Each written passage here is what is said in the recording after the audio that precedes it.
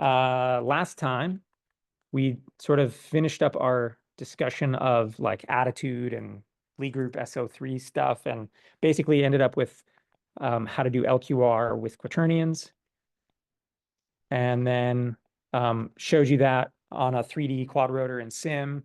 And I showed you the video of TinyMTC doing it on a real quad rotor, and like it works super great with like super large angle, errors and stuff, LTI model. So yeah, kind of the message there is these techniques can work really well with some really simple tricks, and just if you handle the attitude stuff the right way, super effective again. All right, so any questions from that stuff? So then when we put the state representation together, we had the attitude stuff in there. Mhm. And you mentioned that we could pick any representation you want to put The error state, right? Yeah. Yeah, so you can, there are better and worse choices. Right. So given that we are representing velocities in B frame, Mhm. it makes sense to then do an axis angle around B frame itself.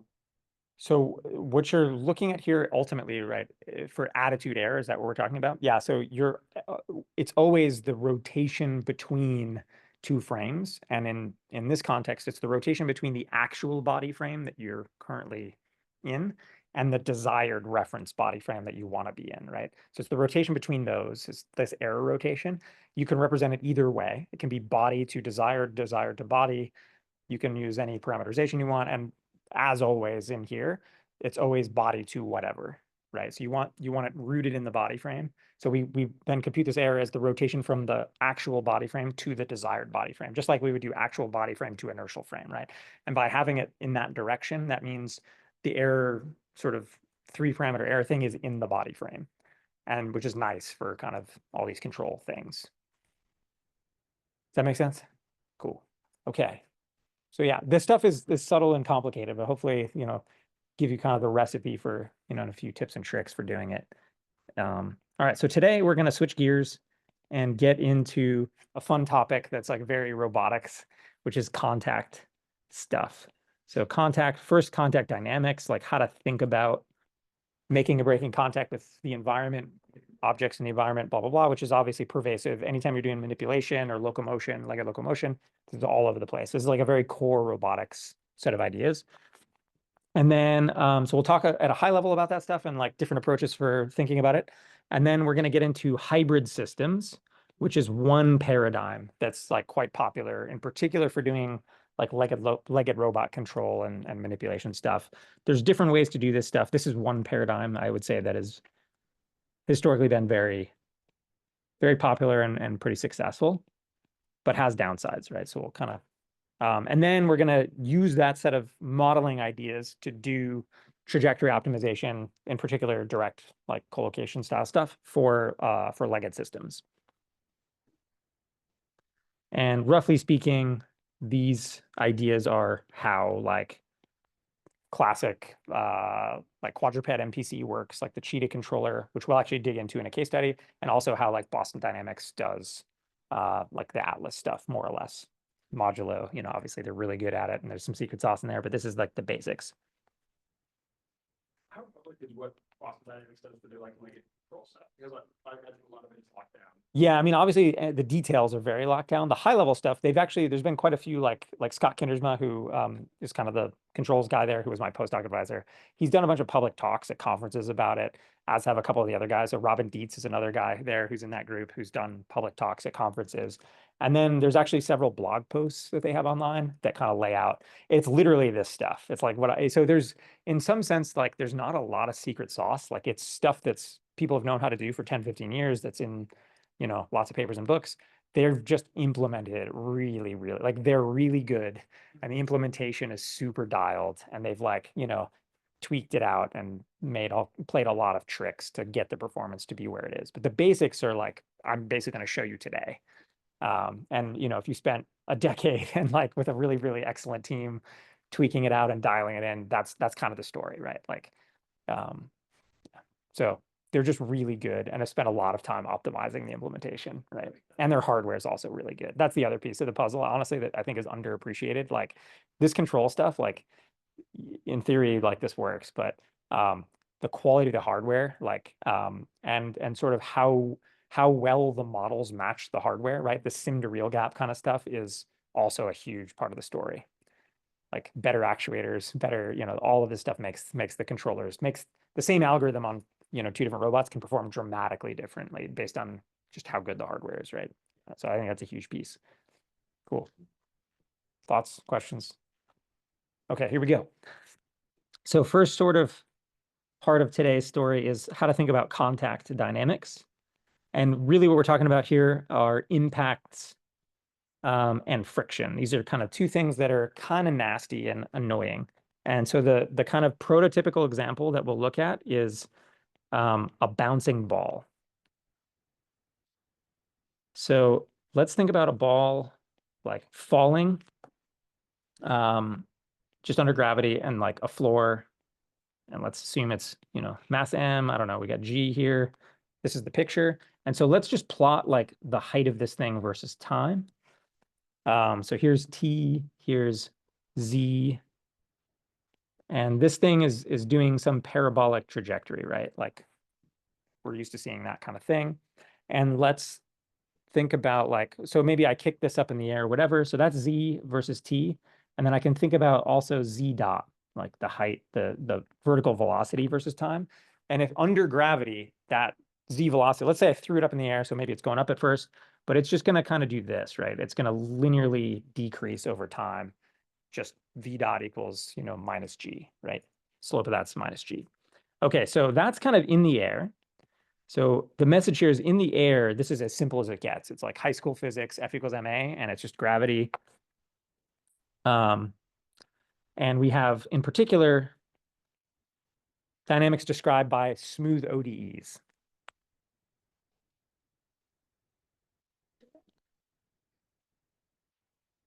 It's always been kind of surprising to me, like how simple this example is and like how deep this goes. Like it's kind of crazy.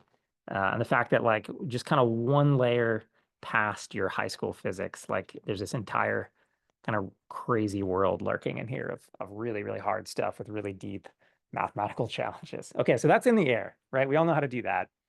Now let's look at when the ball hits the ground.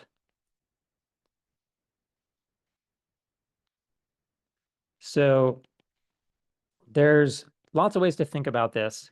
But the simplest way I think is this kind of viewpoint of like a coefficient of restitution or whatever. The gist is I'm gonna, the ball's gonna make contact with the ground, and at some instant in time, and at that instant in time, we have sort of a V minus right before the impact event where it's pointed down, and then right after the impact event, we have a V plus that's pointed the other way, right? So essentially at some instant, right around when it touches down, that velocity in the vertical component is going to flip and it's going to bounce, right?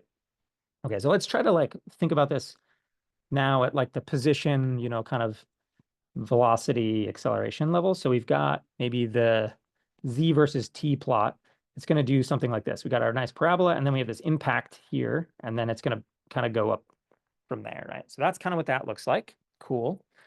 If we think about the velocity and think about what I just wrote down in terms of like the velocity flipping sign at the impact, that looks something like this, right? So let's say I release it from rest up above. The velocity is going to do this, right? It's going to decrease. It's minus mg. And then at the impact instant, let's say that's right here. This is our V minus. I made this a superscript. So V minus. So we're going to have something like this where at that instant, we're going to get a sign flip, and then it's going to look like this. And this is V plus, right? Does everyone see that? So essentially, you have a jump discontinuity in your velocity, where it's like instantly going to flip sign, right? And so like if you kind of embrace this and think about it really carefully, like so that's the velocities. The velocity is this jump. If I try to write down F equals ma, what's A? What's the next derivative? Yeah, but what does it look like? Can I draw it? Yeah, it's an infinite spike. In other words, a Dirac delta or an impulse, right? Which is infinite, right? Its height is infinite. Its integral is that finite delta V, basically, right? But that's super nasty, and I cannot deal with that in a computer, right? Like in particular. So that's some kind of idealized kind of thing. And so strictly speaking, right, in the strictest sense, I can't actually write down F equals ma at that instant in time. It's like not valid. It's not a real thing. If you go really deep in the math literature on this stuff, these are called measured differential inclusions, and it gets super trippy and weird. But the gist is, rigorously speaking, under these kind of like idealized assumptions, I can't write down F equals ma. Of course, what's really going on is there isn't an instantaneous flip in the velocity. There's really deformation in the body and like restoring force kind of thing, where essentially the ball's doing some weird deformation thing and acting like a spring at some level. But the time scale on which that's happening is much, much, much faster than we can really resolve in most like robotics contexts. It's happening maybe in like under a millisecond, right? At this very, very tiny level. And you don't want to have to like run your simulator at megahertz with some finite element mesh of this super stiff, body or whatever doing that stuff. So that's also kind of not really a super viable way to go. Yeah.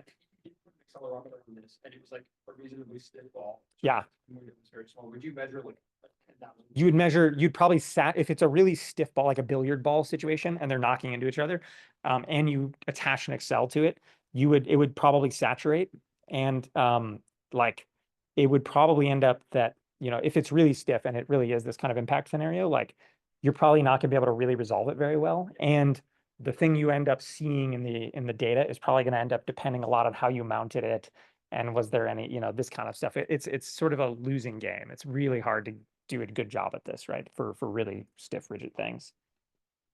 Essentially, because there's it's very, very high frequency, right? So if you were trying to resolve it, you'd have to have a really good IMU that had a crazy fast sampling rate to have any hope of seeing it, right? Most of the IMUs we use, like strapped down IMUs on robots, run at a few hundred hertz, which isn't fast enough to see most of this stuff, right? Yeah.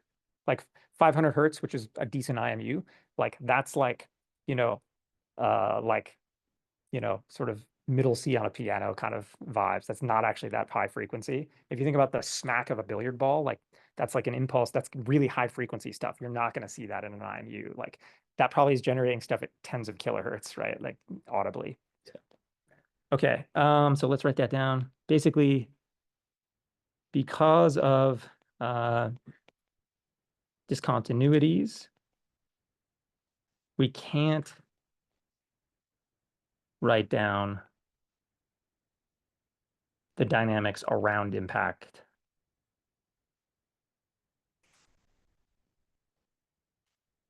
as an ODE. So there's lots of options for how to do this, but you need to do something.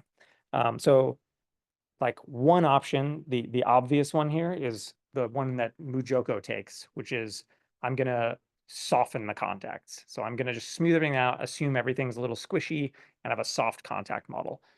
That's a reasonable thing to do. It works sometimes for some tasks. That's good enough. But like in some deeper sense, right, if I'm running the sim at like 100 hertz, say, or a couple hundred hertz, that actually, the sample rate at which you run your simulator is actually tied to how stiff you can make the contact model, right? Because basically the stiffer the contact model, the higher the frequency content is. And so if I'm only going to run the sim at a couple hundred hertz, it has to be pretty soft and squishy. So if you want harder contact in that context, you have to run the simulator way, way faster. And that it sort of becomes complicated and weird too. I guess something that would kind of show like you did like an FFT of your velocity, because you were. Yep. You got it, right? Exactly. So this weird discontinuous jump, that technically has infinite high frequency content. So you'd have to time step like infinitely fast. So what you're getting in practice is you're going to round that out and smooth it out, right? And the sort of closer you want that to be to the real, stiff thing, the real rigid thing, the higher frequency you're gonna have to run the simulator. And so there's always a compromise in there between like contact model stiffness and time stepping and computational cost and whatever, right? So that's if you go the smooth ODE route and try to write down a force model for this and whatever. So that's one option. There's kind of two other options that are sort of maybe aside from that Mujoko one. One that we're going to talk more about today is this so-called event-driven, event-based, or hybrid formulation. And the idea here is you're going to integrate the ODE as normal when it's in like a smooth phase. And then you're going to, at every time step of your integrator, so you do RK4 on this or whatever, you're going to check to see if there's been an impact.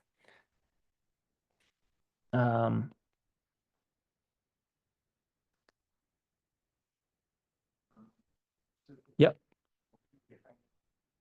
So we're going to talk about that. Yeah. So the way this works, there's a sort of some lingo here. You define a function called a guard function. And here in the example of like the bouncing ball, the guard function would just be the height of the ball above the ground. And so you want this to look like, for example, like we're going to use this. Oh yeah. So for us, for the ball, this would be like, z greater than equal to 0, right? So that's the guard. So if z is greater than equal to 0, all good, integrate your ODE. As soon as you violate that function, now you trigger an impact event and something's going to happen, right? Yeah, typically it's like a sign distance function sort of situation. So you'll have a guard function that's an inequality. And when that gets violated, when you cross the inequality, that's going to now trigger a discrete event. And in the lingo of hybrid systems, that's called a jump map. So guard function is the thing you're using to detect the event. And then jump map is the discrete event that you're going to like execute when you hit the guard, right? So when Z goes negative, it means it's a penetration of some. Exactly, yeah. So you want to check, really what you want is exactly at Z equals 0, you want to do this. In practice, if you're running like RK4 or something like this, you're never going to exactly land on there. You're going to step across. So in a real legit implementation, what you would do is a backtracking search where you would say, oh, I'm past Z, I'm at Z equals minus whatever, minus epsilon. You're going to then backtrack until you hit exactly Z equals 0, then you would run the jump map. That's like the legit way.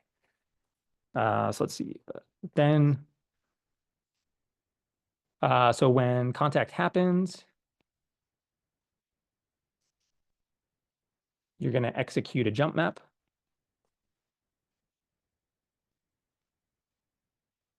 That models the discontinuity.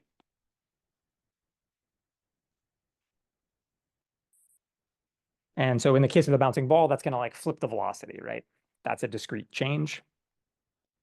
Then once after you've run the jump map, then you continue integrating with the ODE.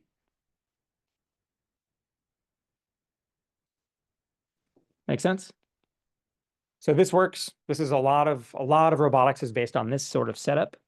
The problem with it is you can get into weird stuff where if you have a lot of possible contact modes, it becomes really hard to check all that stuff. And like you can get into weird situations where if you have simultaneous impacts, some of this stuff kind of starts to break down and look super weird and ill-defined. You can also get this thing called Zeno's phenomena or Zeno's paradox. So like the bouncing ball can exhibit this where if I have some restitution coefficient where it bounces a little lower every time, in the limit, it sort of gets sort of infinitely high frequency bounces and kind of weirdo stuff can happen. So there's like some weird kind of corner case things in this that can happen.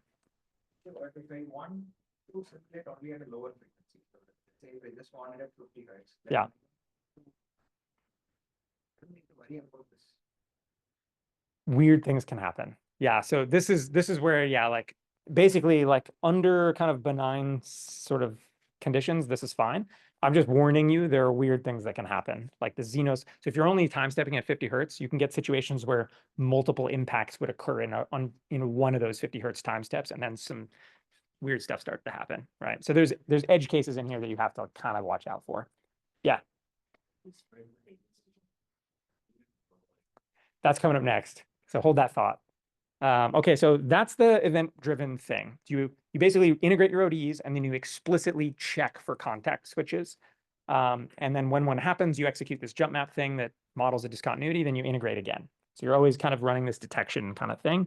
The other way to go, or another way to go that's very common, is called time stepping. Or sometimes that's the SIM word for it. And then sometimes in the control literature, you'll hear this called contact implicit sometimes. And we've spent a lot of time working on this sort of stuff. So the idea here is at every time step, to simulate the dynamics, you're going to solve a constrained optimization problem that models the impact stuff through inequality constraints.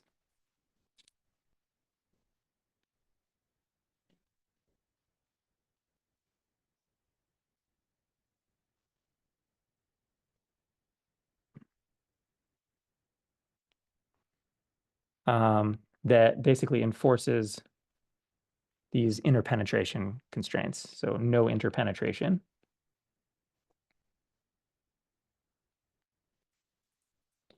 Between objects. And that's going to look like basically you write down inequality constraints that look like if I have signed distance function phi of x, that's like a vector of signed distances between all objects in the sort of scenario. I just put an inequality constraint like that on there. And then when I go and force that constraint in my constrained optimization problem, i.e. just for the dynamics, right? I have this constraint. The Lagrange multipliers of that constraint end up being your contact forces. So like a very nice, clean kind of way to do it.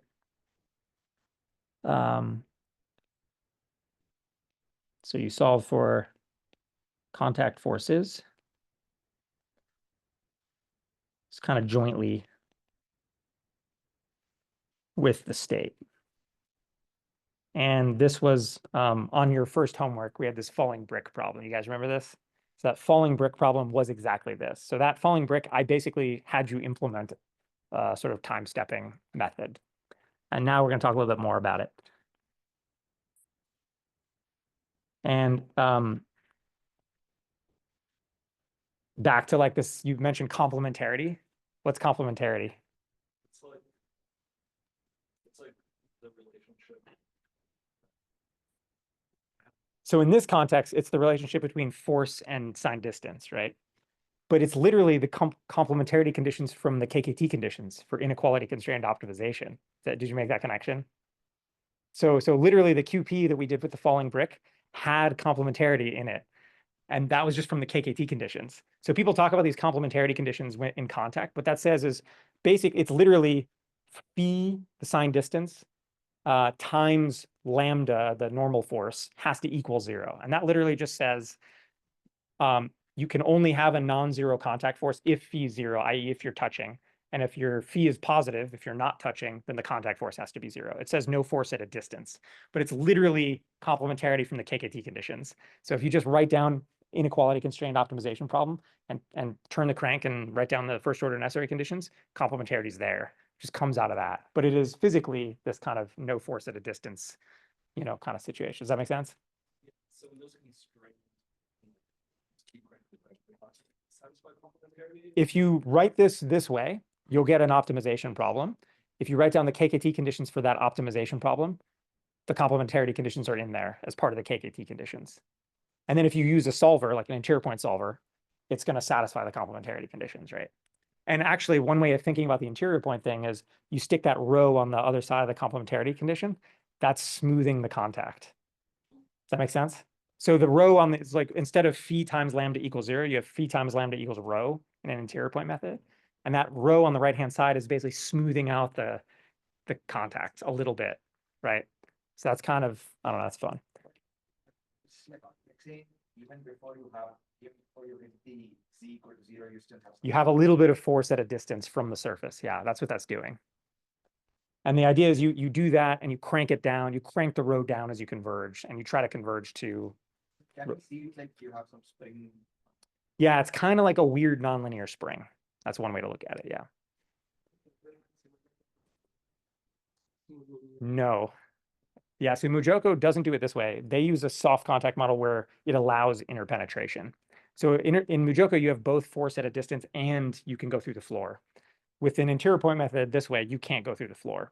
And in general, you're going to converge to very, very tiny row where the force at a distance also basically goes away.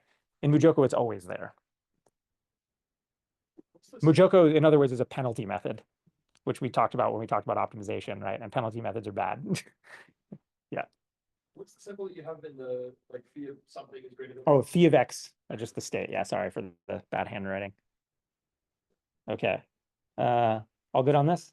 There's lots of interesting things to say about this. I'm kind of into this and have nerded out on this for years, so happy to talk more about it. Maybe, it depends. So we'll talk a little bit about this. Okay, so basically both of these methods are widely used in robotics, and they both have kind of pros and cons.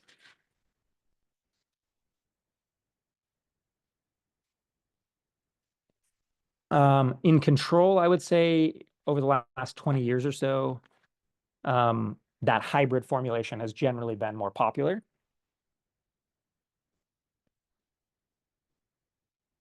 And sort of is pretty easy to implement. And you can kind of use this directly in like direct collocation, no problem. Because at the end of the day, it just ends up being more constraints. And Dirkall is good at handling constraints. You just throw it in and it works.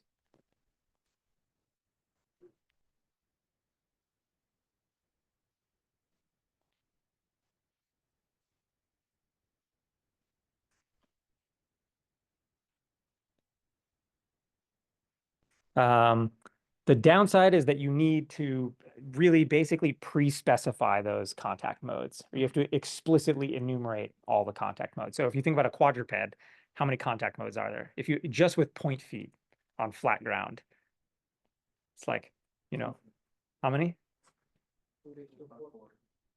It's kind of a lot. Yeah. So you all possible combinations of all possible numbers of feet, right? So that's already kind of a lot. So if you wanted to like handle all those cases, you'd have to explicitly check for every single possible combination of feet on the ground, right? Which is, yeah, it's kind of a lot. And so that blows up combinatorially. So the more contacts you have on a robot and the more possible things you can touch in the environment, and like if you care about contacts with the body, blah, blah, blah, this explodes combinatorially if you need to actually explicitly enumerate them. Yeah. In that case, would you have discontinuities if you have like already 3 feet on the ground and you put a 4th foot down? Is that like a discontinuity because the force then gets distributed between all 4 feet instead of just 3? Yeah. And it's even weirder than that because 4 feet is what you call statically indeterminate. So if I just know pose stuff, like I know the thing's standing on the ground on all 4 feet and all 4 are in contact, I can't actually tell you what the contact forces are on all 4 feet. If it's 3 feet, I can, because it's uniquely determined, right? If I just have gravity, if I have a 3-legged table under gravity, I can tell you what all the forces have to be. If I have 4 table legs, I can now not tell you what the forces are between the legs, which is very annoying. So that introduces other problems. Like this whole area is kind of cursed and hard and bad.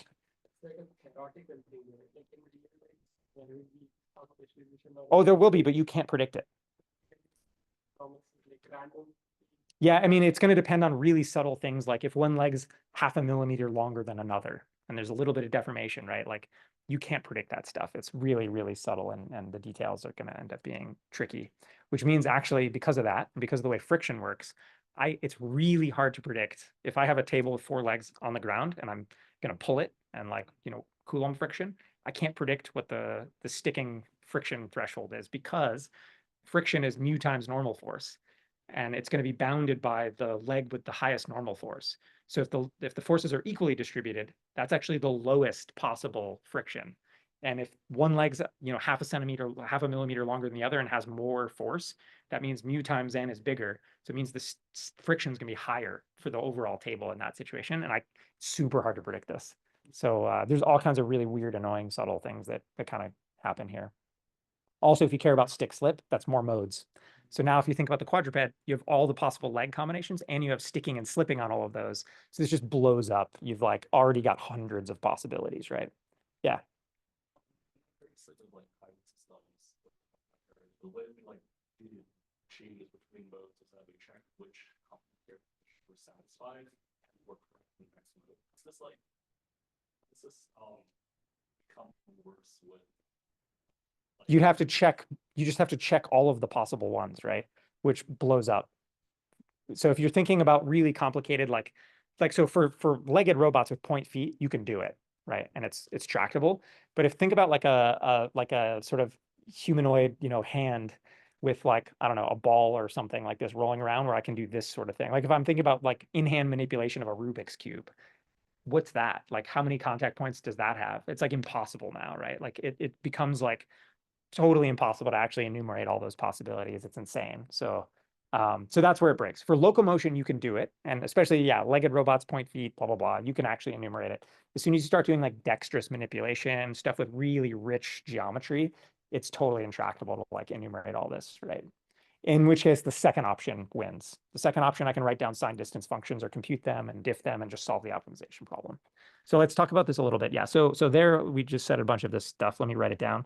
So downsides for this, you basically have to like enumerate all possible contacts.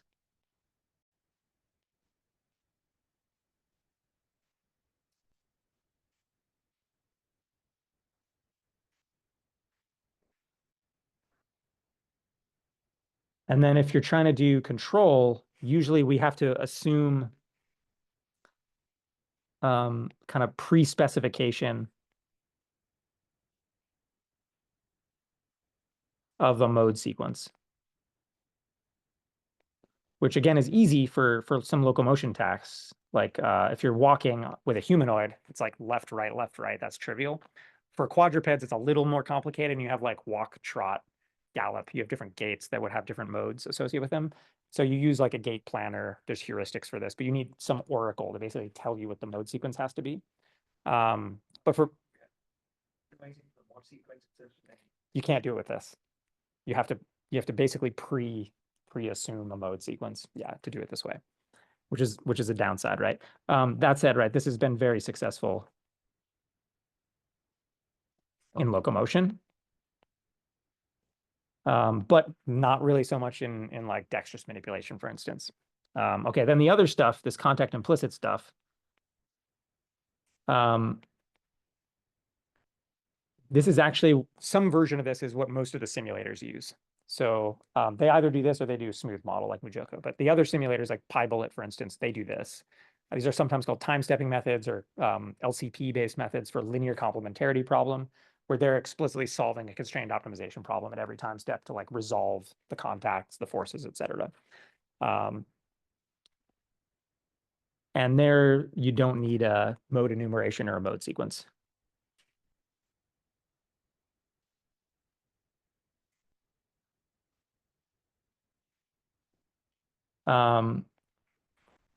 So you don't need to pre-specify this or detect it or enumerate it. Great for sim, but really hard to do for control, it turns out, because the numerics are super gnarly.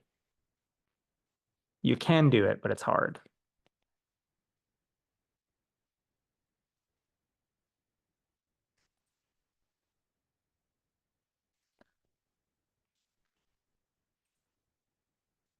Okay, any questions about that?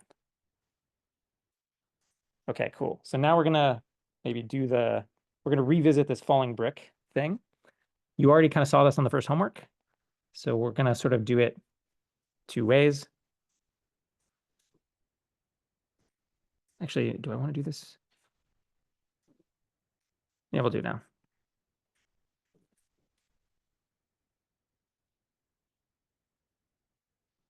So just to kind of refresh our memory on this thing, we've got flat ground. We've got our brick. We start with some V naught, and then this thing's going to fall under gravity, hit the ground, and then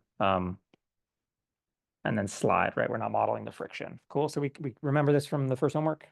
And we, yeah, so coordinates, I guess we've got like a, yes, QY, QX, something like this. We're going to use Q for coordinates. So option one, we're going to talk about this time stepping. And this is the one from the homework. So you've got F equals MA. So that's MA, this is minus MG, that's gravity. And then you're going to write down the contact force. And this is kind of standard stuff in robotics. This J is called the contact Jacobian, which is basically telling you how contact forces at like a contact point map into the generalized coordinates of the robot. And then the lambda is the contact force. And if I kind of write some of this out a little bit, G is going to be kind of 0, 9.8, this vector. And then our X here is going to be QV as usual. And then we're also going to write down a sign distance function for this guy. So this is phi of Q. And in our case, this is literally just picking out the Z component of the position, right? So it's going to look like the following. It's just like a row vector times kind of this QX, QY or whatever, right? It's just picking out that second component. So if I look at this, this is called the sign distance function.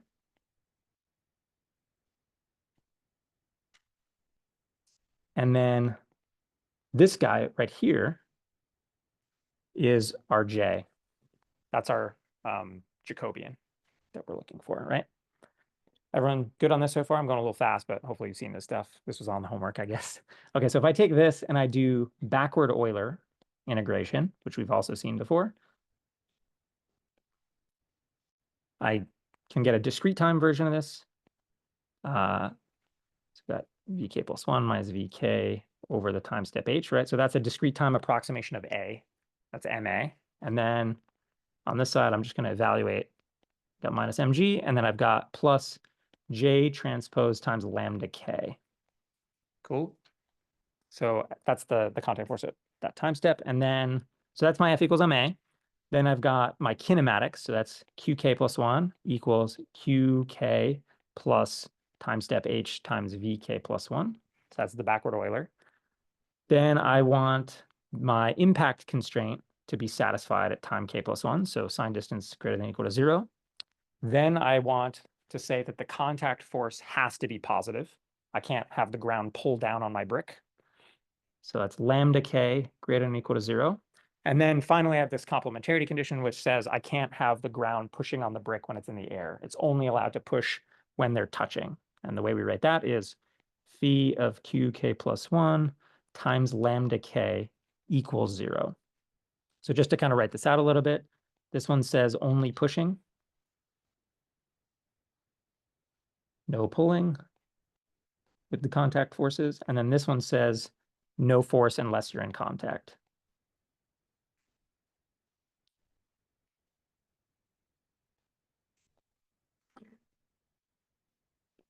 And okay, and the punchline, which you kind of know, is I wrote this down from like basic physics. Did you have a question?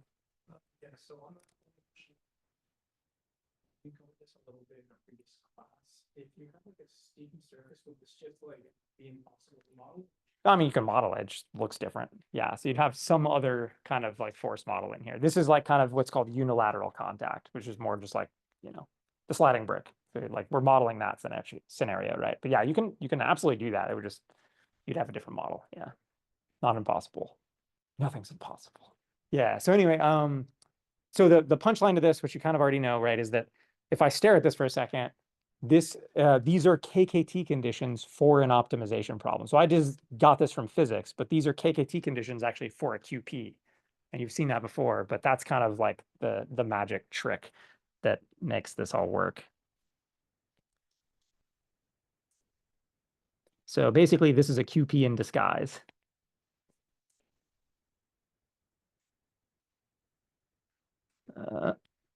And this is how, again, like a lot of the simulators work. Can we say because the physics itself is some minimization? Yes. Yeah. Where are you going with that? What's the minimization problem? Yeah, so this is a little subtle. Euler-Lagrange equation, those are actually KKT conditions for a minimization problem, which is the least action principle. Yeah, so you've seen this before. Yeah. So that's like, there's a lot going on there. So yeah, you can, basically, this is all kind of coming from this fact that you can pose physics as optimization, which is this least action kind of Hamilton's principle idea. So that's kind of what we're ultimately, that's the kind of root of this, right? So you can always do that. And kind of we're handling non-smooth contact by kind of going that way and then modeling the non-smooth stuff via inequality constraints. And we already know how to numerically deal with those. So it makes for like a nice simulation setup. And so just so we know, you know, we've seen this, I think. So this is that QP. So basically what I'm going to go and do is go through and pre-multiply this by VK plus 1 transpose everywhere. And then I get something that looks like this.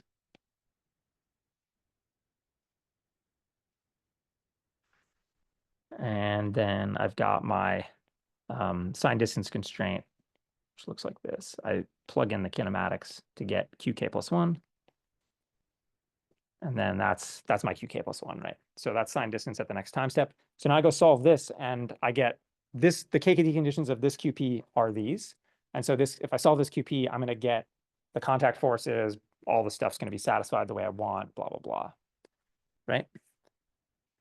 Okay, so this is a time stepping method. There's a little bit of, you know, interesting subtlety here versus the event-based kind of approach. In particular, if I just go solve this, if there's an impact, it'll happen. I'll get the, you know, the stuff, but I'm never going to resolve the exact impact time. all I know, if I'm taking, say, 50 hertz time steps, all I'm going to get out of this is the fact that there was an impact somewhere over that time step. But when exactly it happened within the time step, I don't know. And this isn't going to tell me. It's like not resolved, basically, which is kind of a subtlety. Exact impact time is not resolved. Only the step that it happened at, right? So I think the practical answer to this is, you know, from a engineering perspective, you know, you only need to resolve it to within some tolerance, and you just time step your sim fast enough that you can get what you need, right? So if I run this at 100 hertz, I know it within 10 milliseconds. If that's good enough for me, cool, I'm done. If I need it better than that, if I need it within 1 millisecond, I can time step it at a kilohertz, but you know, that kind of thing. But that is kind of an interesting, you know, thing. And then, yeah, other kind of part of this is that the contact forces here are the lambdas, and you get these explicitly by solving this QP, right? So one issue with this that's a little subtle is we just, to get this QP, we had to like assume backward Euler integration.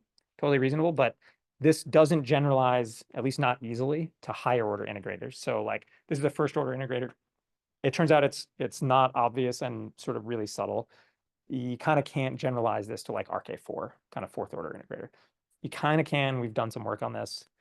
We've published like second order versions of these things that do implicit midpoint, but like it's pretty tricky and like not obvious sort of how you would maybe generalize this to higher order.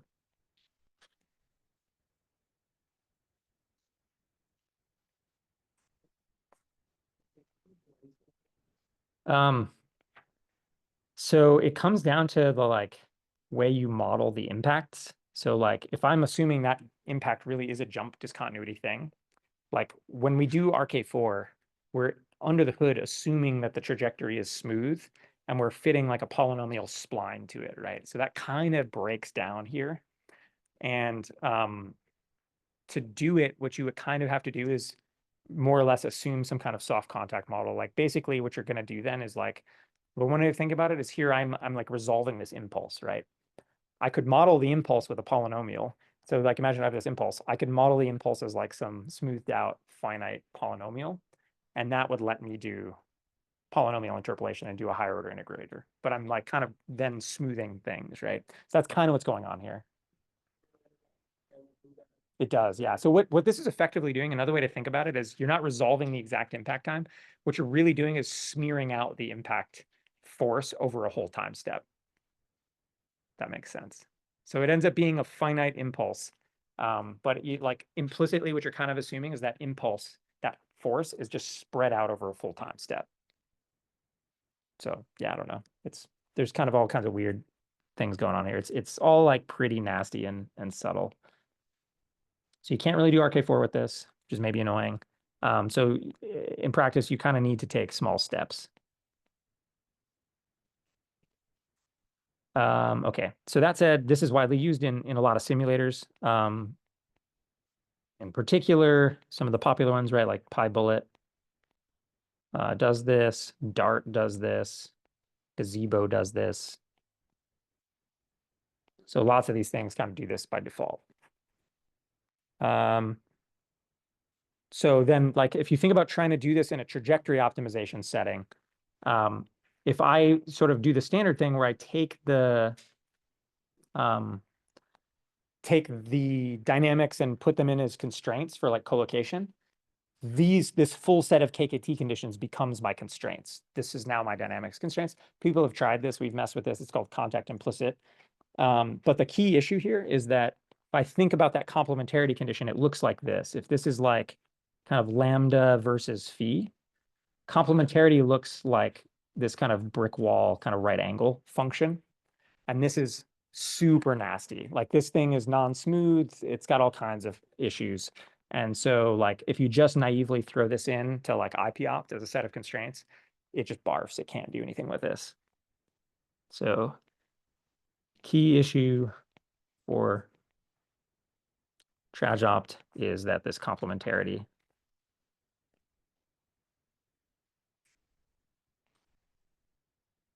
which is this guy.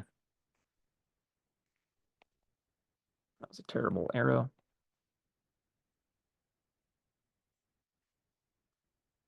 Is very non-smooth. And if you kind of, yeah, again, naively put this into a solver, it's going to completely barf. Yeah. Phi is Mhm. so which means lambdas can be non-negative, which is the contact forces. Yeah. And if it's up in the air, lambda zero, Phi can be none. Got it. Right. So with that, why the plot that I just drew? Why does it look like that?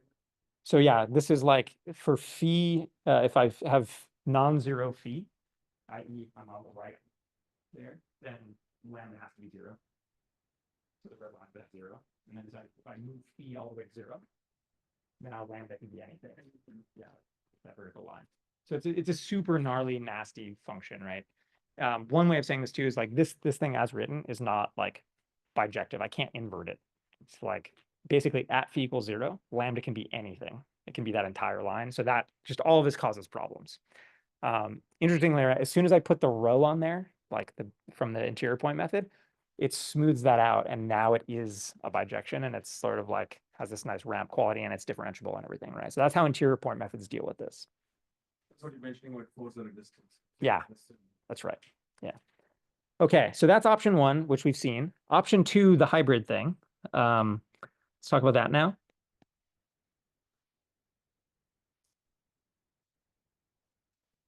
So here we've got ODEs. So let's write this out. X dot equals f of x. We're going to have a q and a v. And this is just minus v minus g. So this is in the air. And this is like in the lingo of hybrid systems, we would call this a smooth vector field or smooth dynamics.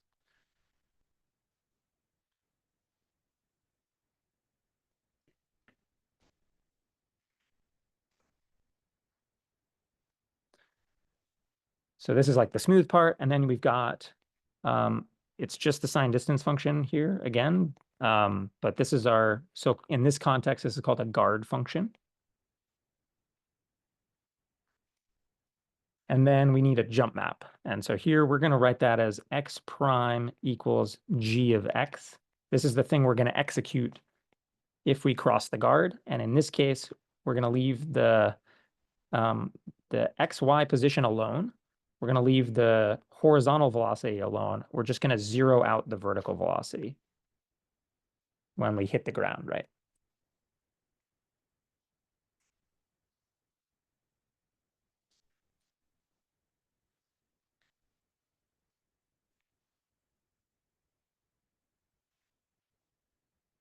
So this is like the sliding brick that we already see, right? And so then like kind of the loop here of like how you would actually do this in practice and like kind of the pseudocode, and I'll show you some code in a sec.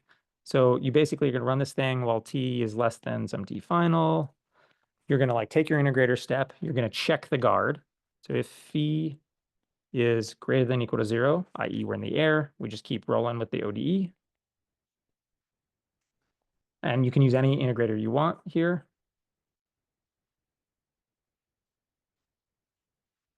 And then else, i.e.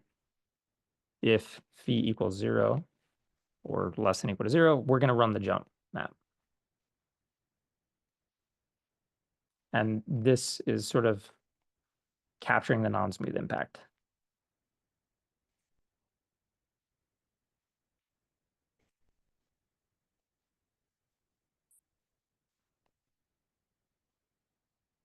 And then that's kind of it. There's a little bit of subtlety here. I mentioned before, right? Like in a legit implementation, you're gonna step past phi equals 0. So in that else case, what you would really do in a real legit implementation is you would run like a backtracking search with respect to time until you got exactly to phi equals 0 within whatever tolerance, and then you would do this, right? So little details. So differences between this and the other stuff that we just talked about is this actually gives you the precise impact time. Or rather, said another way, you have to find the precise impact time as part of this, which maybe in some applications you want. Another thing, though, is while you can get them, the contact forces don't necessarily show up here.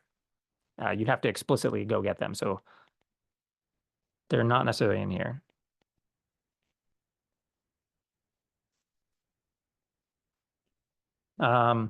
You can, however, use high accuracy, high order integrators, right? So I can use RK4 here or whatever for the smooth parts, right?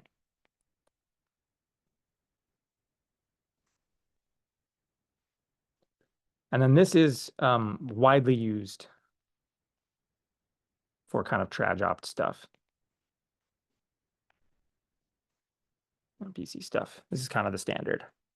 And so the kind of the key insight there for traj-opt stuff is if I have a gate planner or whatever, some oracle that can hand me a mode schedule, i.e. hand me the impact times, then I basically just bake those into the traj-opt problem as hard constraints that says you will hit the ground at this time. And then I've basically removed all the non-smoothness from the problem, because now effectively with those as fixed equality constraints, you're just telling the solver this will happen. And then it's just really optimizing over the smooth arcs between the impacts. So you've like removed the discontinuities from the traj-opt problem, if that makes sense, right? So let's write that down. We know impact times, or assume them a priori. We don't actually need the guard function in the traj-opt problem. And we can just deal with kind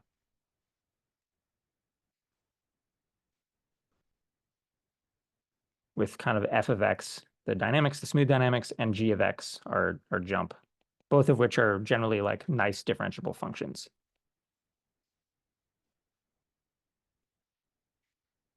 So in this case, what allows you to flip side? In this, so in here, I've just zeroed it out, but in general, that might be, I'll just show you right now. So here's a bouncing ball implemented with this sort of approach. So here's, minus G, as dumb as it gets. RK4 integration, guard function is what we just said. It's just returning the height. Jump map is, so if I set this is the kind of standard bouncing thing, right, with a coefficient of restitution. So what this says is you flip the sign and then you sort of multiply it by a constant less than 1. So you're losing a little bit of energy in each bounce. If I set this to 0, it's what we just wrote down, right, where it's zeroing out the velocity. So let's do that first. Initial conditions, we're like up in the air 1 meter and we're moving sideways like 1 meter per second.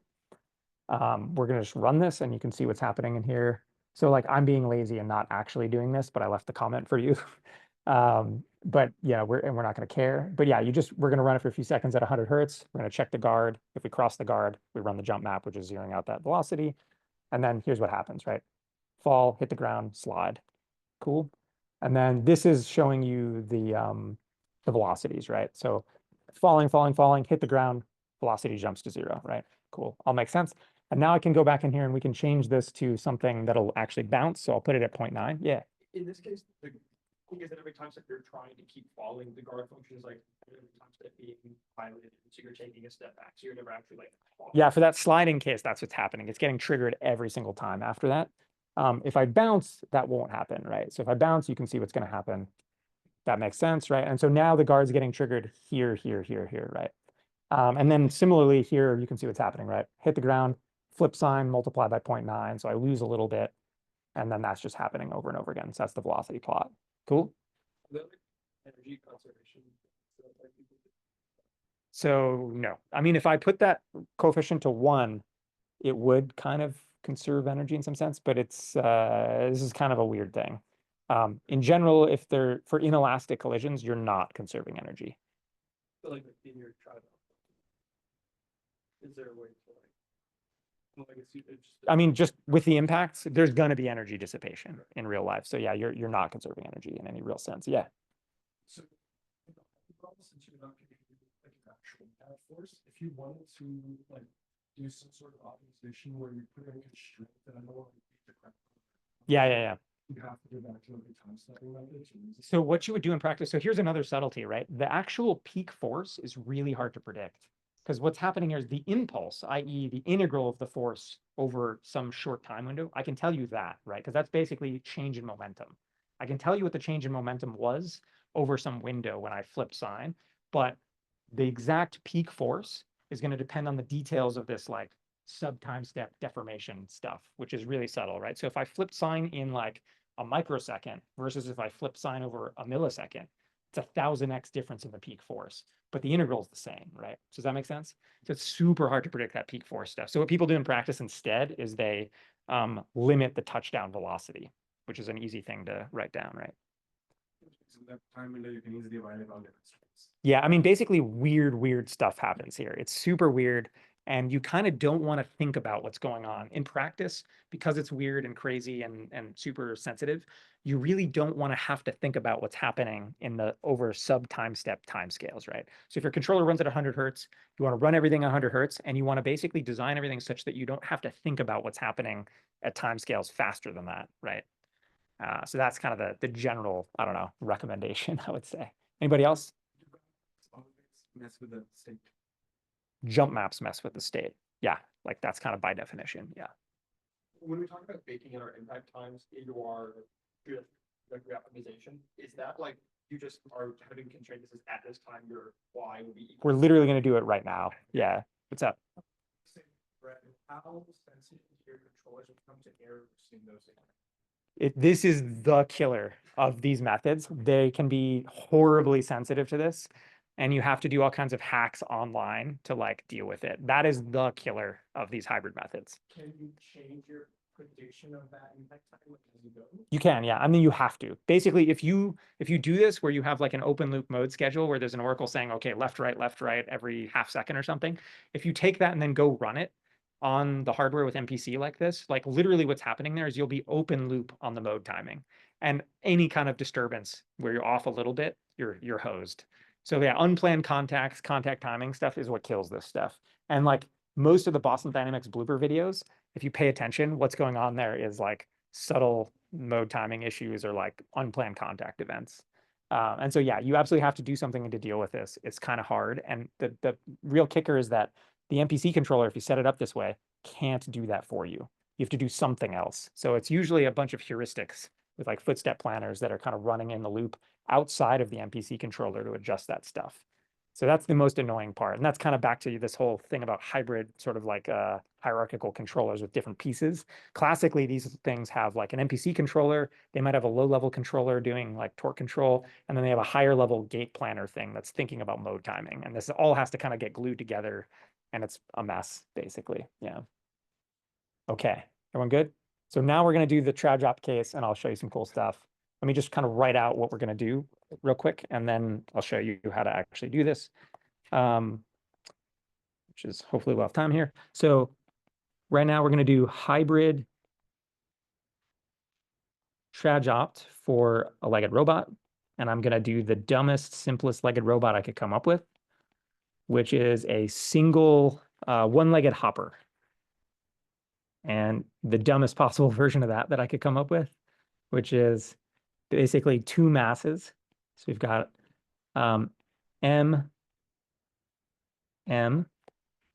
then this is on the ground, whatever.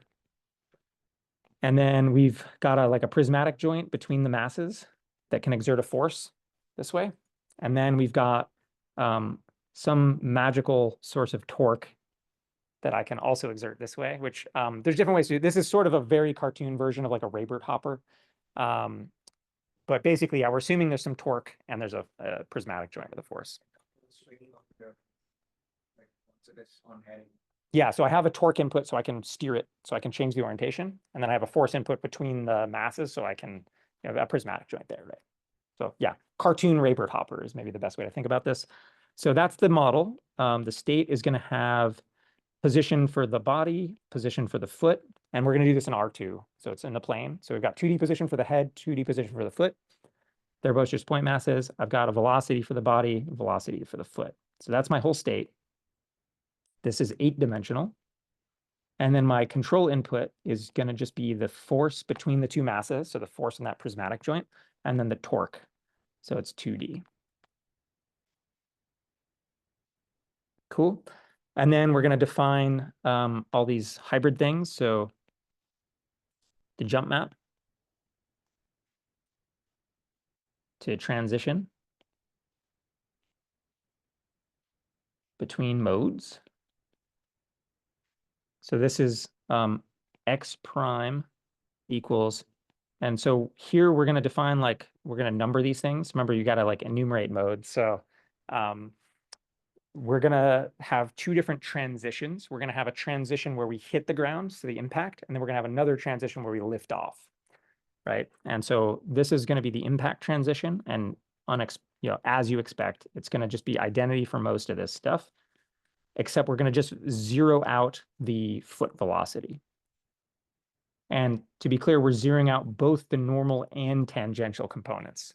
So this is equivalent to assuming we have sticking friction, right? So when it hits the ground, it's going to zero out the normal force and it's not going to slip. We're going to assume that. And in practice, what you would do here is you would assume some friction coefficient and some maximum amount of friction, and you would bound the tangential force to make sure you stayed within the friction limits, right? If you wanted to do something like this.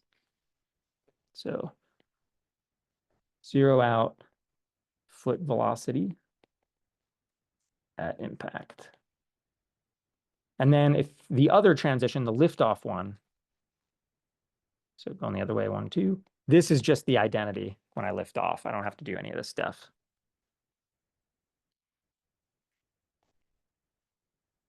And this is, I'll write that, impact, liftoff. Okay, so now the way you set this up, so this is all the ingredients. We got dynamics and we got jump maps. You only have 2 modes, but you have 2 transitions. You have transition from mode 1 to mode 2, transition from mode 2 to mode 1.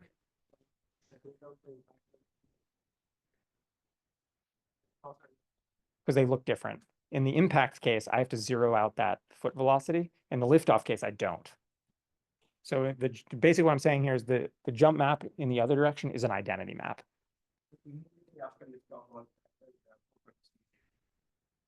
This is a little subtle, right? So like at liftoff, at the instant of liftoff, it's 0, but immediately after that, like plus epsilon, it's non-zero. Cool, yeah. Is this enough to enforce that the foot's not going to slide after we make contact? Yes. In this situation, yeah. In general, maybe not, and you might have to do more. Okay, so now what I'm going to do to set this problem up, we're going to do dir call. I'm going to assign modes to alternating groups of knot points, just arbitrarily.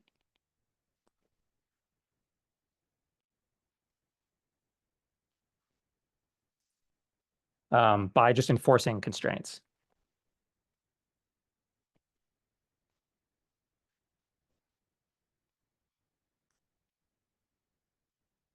So to be specific, right? So I might have, like, I don't know, the first, say, 5 time steps, something like that. So say k equals 1 to n1.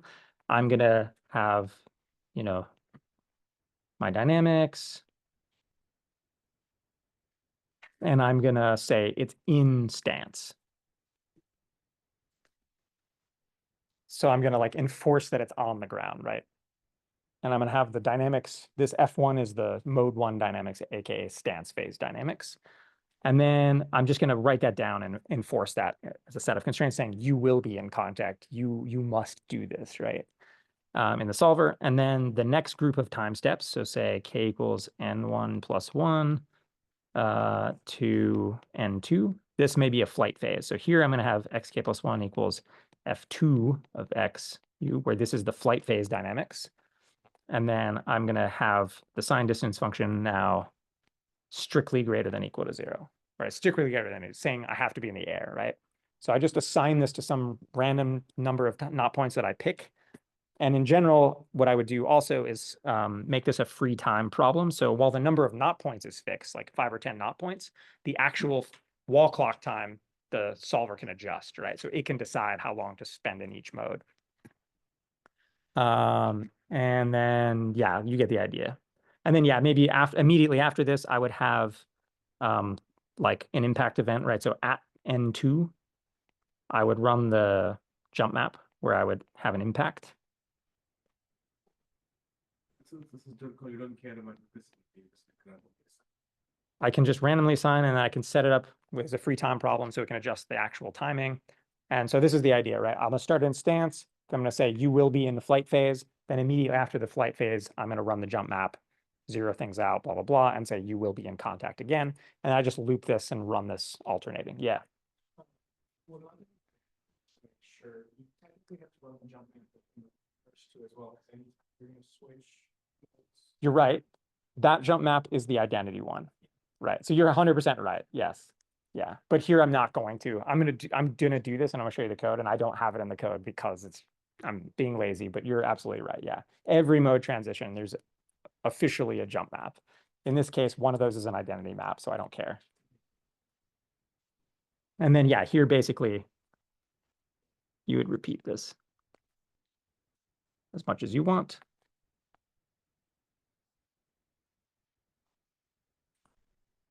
Okay, cool. Everyone get the basic idea? Okay, let's do it.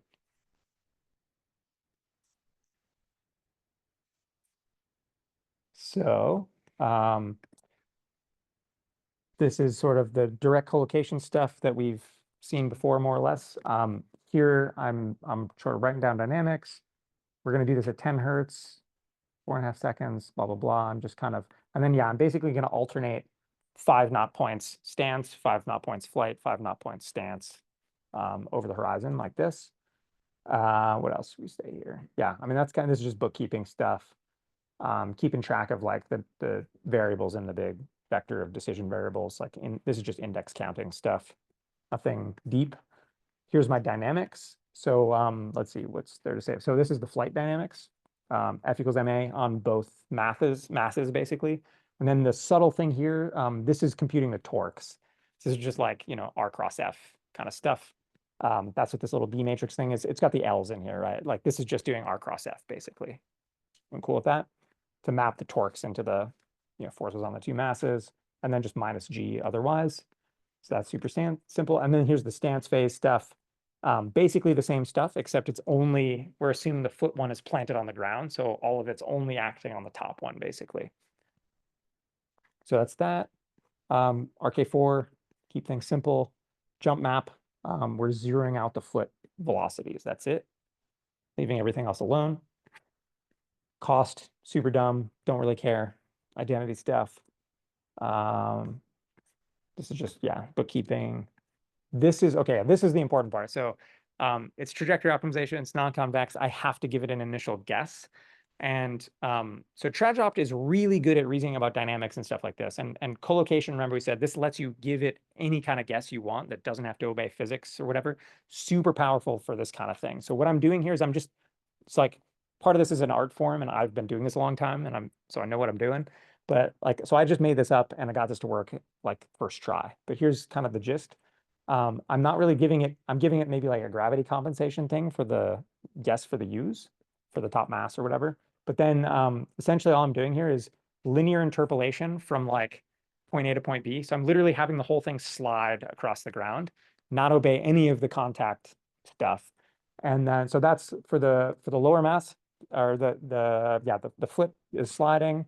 Then for the top mass, I'm giving it this, I'm basically just having it oscillate up and down with a sinusoid, which is designed to like encourage it to hop, right, basically. And then here again, yeah, sliding across, the velocities are just constant sliding. So I'm literally just sliding it sideways and having the top mass do this up and down.